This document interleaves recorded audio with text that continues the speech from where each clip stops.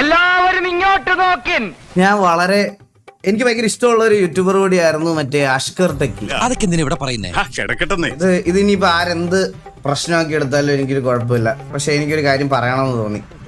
ഞാനൊന്ന് പറയട്ടെ. എന്നാ സാർ പറയൂ. ഹനാൻ ഷാ എന്ന് പറയുന്ന പുള്ളി ഇല്ലേ, അറിയോ? പുള്ളിക്കെതിരെ വലിയൊരു ഹേറ്റ് ക്യാമ്പയിൻ നടക്കുന്നുണ്ട്. അത് ഇത്ര കഷ്ടമായി പോയിട്ടോ. നമ്മുടെ നാട്ടിൽ എല്ലാവർക്കും കാണുന്ന ടിപ്പിക്കൽ കുശുമ്പെന്ന് മാത്രമേ അതിന് പറയാനുള്ളൂ. കൂശുമ്പ് തന്നെ കൂശുമ്പ്. ഇത് ഈ വീഡിയോ ഒന്ന് കണ്ടു നോക്കിയേ ജസ്റ്റ്.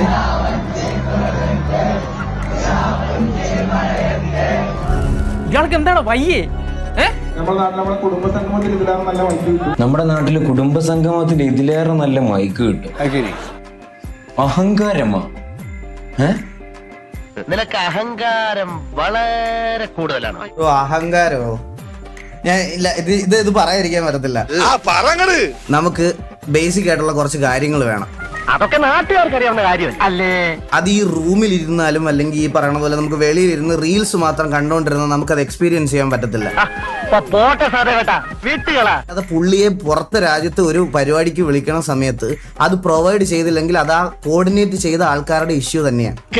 സത്യമാണെങ്കിലും എനിക്ക് അംഗീകരിച്ചു കൊടുക്കാൻ പറ്റുമോ? അതിന് ഇത്ര ഹെയ്റ്റ് ക്യാമ്പയിനോ അഹങ്കാരം ഒന്നും പറയേണ്ട ആവശ്യമില്ല. എത്രയും പെട്ടെന്ന് അവനെ പിടിച്ചോണ്ട് പോയില്ലെങ്കിൽ നല്ല ചുട്ട അടി കിട്ടും പറഞ്ഞു. അയ്യോ വേണ്ട വേണ്ട, ഇപ്പൊ പോയേക്കാം. പുള്ളിയുടെ ആസ് ആൻ ആർട്ടിസ്റ്റ് പുള്ളിയുടെ ബേസിക് റിക്വയർമെന്റ് ആണ് അതൊക്കെ. അതെങ്ങനെ അഹങ്കാരമാവും? അതൊന്നും എനിക്കറിയാൻ മേല. ഇങ്ങനെ എന്തെങ്കിലുമൊക്കെ പറയുമ്പോഴേ എന്റെ മനസ്സിനൊരു സന്തോഷം ഉണ്ടാവും.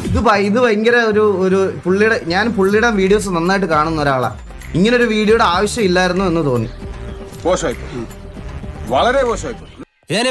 ഞാൻ പോകുന്നു. ബൈ.